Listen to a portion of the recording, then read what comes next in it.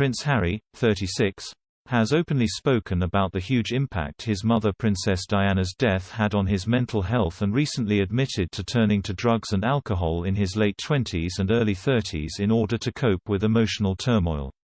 Royal expert and author of Prince Harry, The Inside Story has claimed the prince was furious about not being able to pay a personal tribute to his mother after the findings of her inquest were published in April 2008.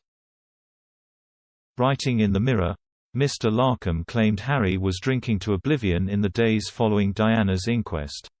He said, "Something was not right with Harry. He was visibly rocking backwards and forwards on his feet.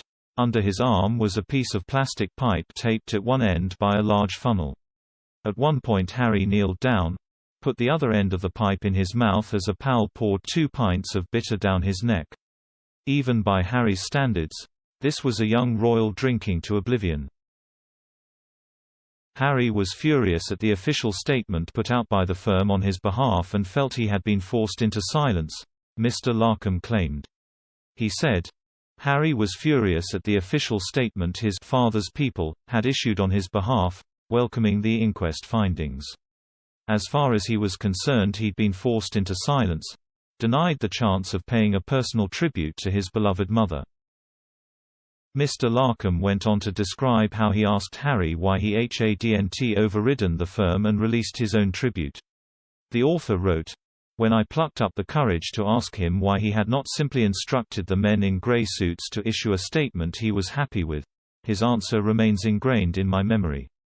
Because they don't work for me, they work for my father," Harry barked back. Speaking in his new Apple TV Plus series with Oprah Winfrey, Harry confessed to turning to drugs and drink to cope with anxiety in his late 20s.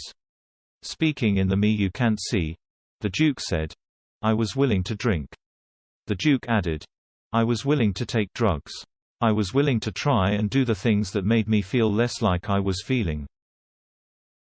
But I slowly became aware that I wasn't drinking Monday to Friday, but I would probably drink a week's worth in one day on a Friday or a Saturday night. And I would find myself drinking not because I was enjoying it but because I was trying to mask something." Mr. Larkham claimed he can vouch for Harry's admissions and said, "Most people thought he was just Harry being Harry, enjoying a drink, a party, a good night out." The author added, "But in reality, so much of Harry's infamous hell-raising had a very different meaning to the young royal. Whatever the public's current view of Harry, the once popular royal did have to cope with a great deal before he met Meghan. Senior royals are horrified by his very public sessions in the psychiatrist's chair. But they would do well to remember the role they played in letting their star act suffer in silence for so many years. Can they really blame Harry for wearing his heart on his sleeve?